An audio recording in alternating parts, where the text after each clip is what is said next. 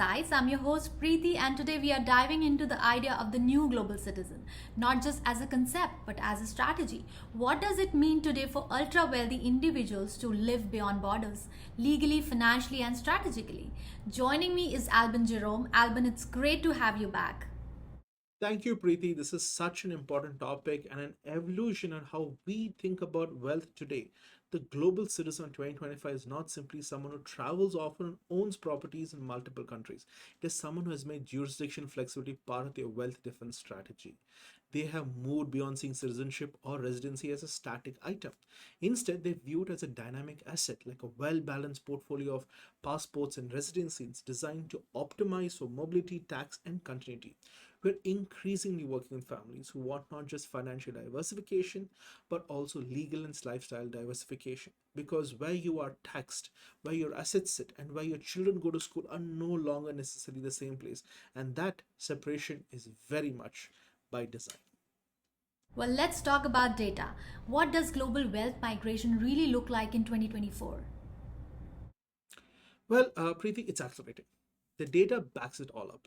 Let me give you hard numbers. According to the 2024 Henley Private Wealth Migration Report, a record breaking 128,000 high net individuals are expected to relocate globally this year, surpassing the previous record of 120,000 people. And when you look at the countries where they are moving, and I'm going to first break it down from inflow countries where people are moving and where outflow, that is countries where people are leaving from, it'll give you an insight into the trends that's happening. All right, so top of the list is UAE, of course. We have something like 6,700 new millionaires moving in.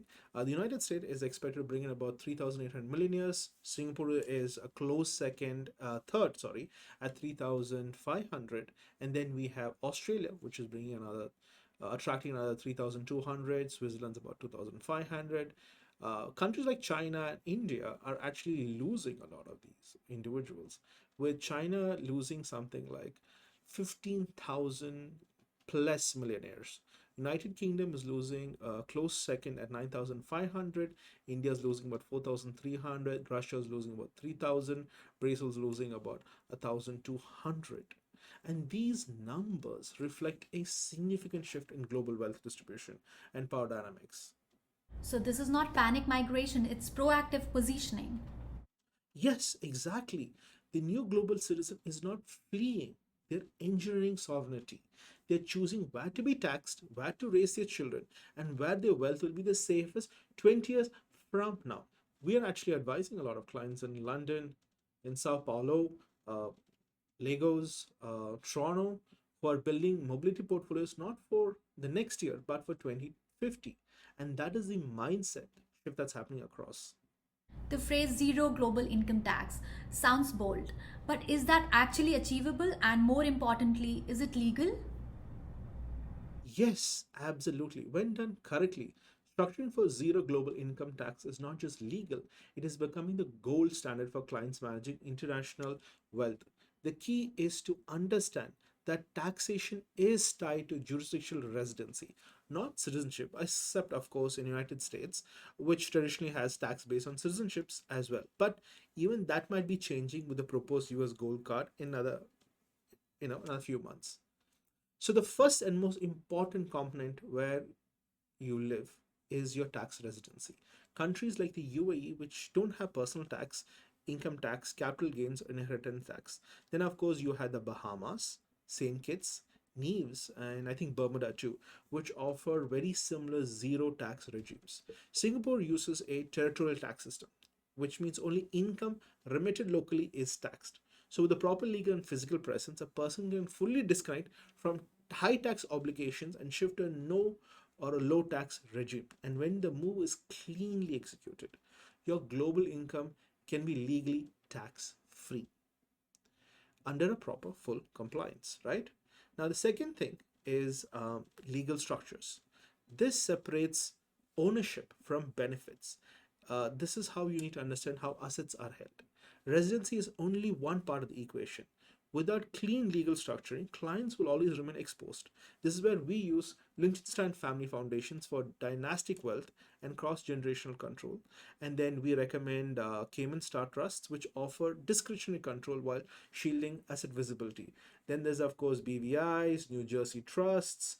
They're all combinational structures that can create investment wrappers for clients with US or European exposure. These vehicles separate legal ownership from beneficial interest, minimizing tax exposure, enhancing tax protection, and offering unmatched flexibility.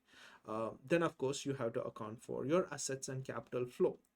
This is the third piece, and this is where we have to understand how money or capital moves. Private banks in Singapore or Zurich with multi currency portfolios, Delaware LPs, or Cayman blockers to hold US real estate and manage treaty frictions, right? Luxembourg, for example, or even Ireland for European exposure is actually very useful, especially for triggering residency based tax events. Then you can hold cryptographic in Switzerland for digital assets. With all of these layers, residency, legal structures, and capital flow are aligned. Clients can achieve zero or near zero taxation on a global income in full accordance with international law. Now, with the gold card changes coming in, the game is changing a bit, especially in the US space. What the US and President Trump are proposing uh, as of early 2025, what we understand, the new investor immigration program, they call it the gold card visa. This requires a 5 million investment in exchange for permanent residency and potentially a waiver of global income taxation. This is significant.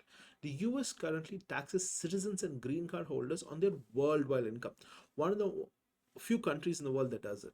Now, if the gold card exempts global income from the US tax, this could present a very, very complete policy reversal and a game changing option for international families who want US access without the US tax exposure. For our clients, the implications are clear.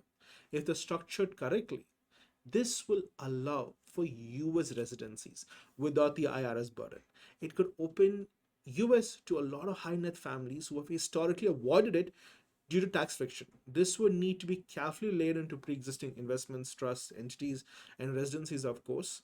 Uh, if I have to think of an example, let's say there is a Latin American family, they have a net asset of say 20 to 25 million, and they're exploring this pathway. Their plan would could shift into say something like a tax residency in the UAE, where the principal would now spend something like 200 days, hold the Latin American operating companies in a Cayman STAR trust, or use Singapore as a family office hub, and while preparing a $5 million US allocation through treasuries and ETFs in case a gold card is ratified in the next few months and they still want a US access. But this way, this access on their terms. And when the gold card becomes real, they will be structurally ready to go day one.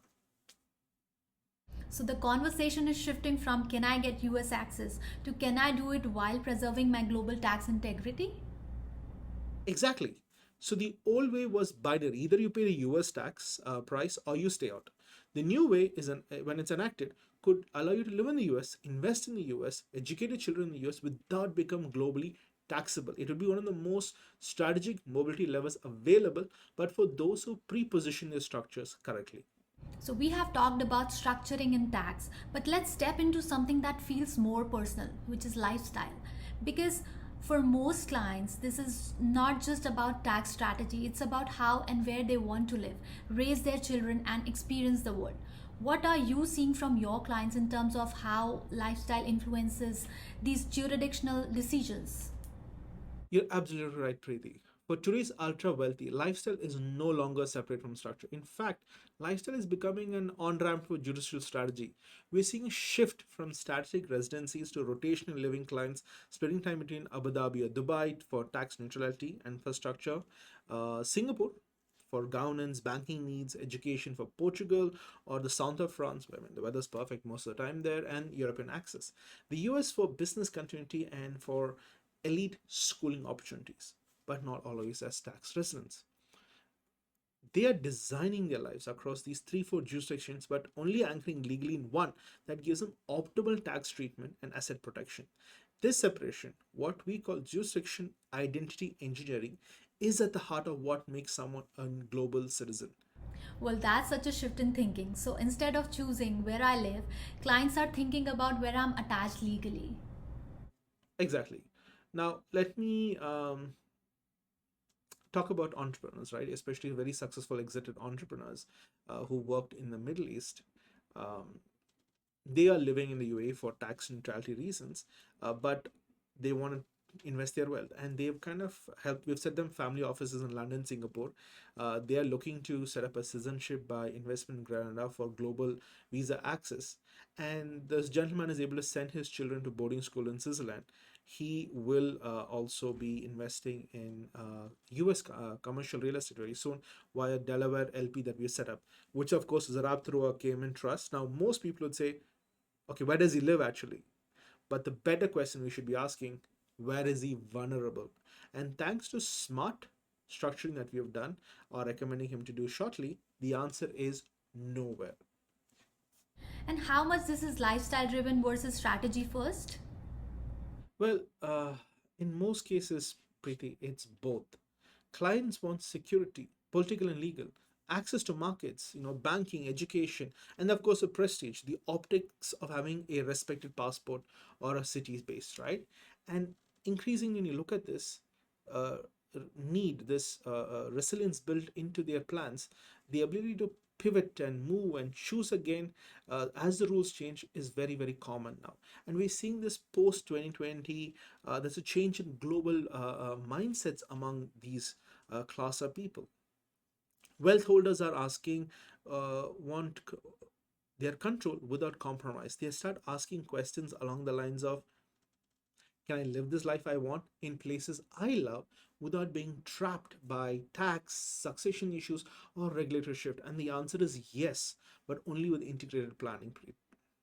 So, when we talk about freedom, this is not just travel, it's the freedom to design the life legally, financially, and generationally. That's it, Preeti. The new global citizen isn't chasing a zero tax sports card as the only and all. They are crafting a system and living that reflects their values, their ambitions, and their protective instincts. And this is something that manifests in a very unique way, among many different people. And freedom today isn't about movement alone, right? It's about insulation from overreach that can happen from certain jurisdictions, from uncertainty, from being locked into a system that no longer serves you. That is what a strategic lifeline decision is. And jurisdictional identity gives you that, the ability to live anywhere and be exposed nowhere. Well, we have covered a lot today: mobility, structure, lifestyle, and jurisdictional identity. But I want to close with a question that brings it all back to the individual listening right now. What should the modern global citizen be asking themselves about? Well, three things. First, my jurisdictionally overexposed. Too many individuals, even those worth millions of dollars or more, are still tied to a single legal system. Their tax liability, estate plan, even their family's physical safety hinges on one flag, one regulator, and one set of rules. Second question, do I have optionality or complexity? Complexity isn't same as security, guys. You can have five passports, three companies, and still be extremely fragile if the jurisdictions aren't structured intelligently. And third, and most important question, if something changes tomorrow, are you ready to move? Is there a political shift, a tax change, a reputational risk, or something personal? Freedom isn't just the ability to relocate, it is the legal and financial capacity to reposition your life to avoid unnecessary friction. And that's what today's global elite are realizing. It's not about panic or paranoia, it's about precision. The new global citizen is not escaping something. They're designing for permanence. They're replacing exposure with structure, frailty with sovereignty, limitations with leverage. And I believe at Gallant Toole exactly is what we do, right?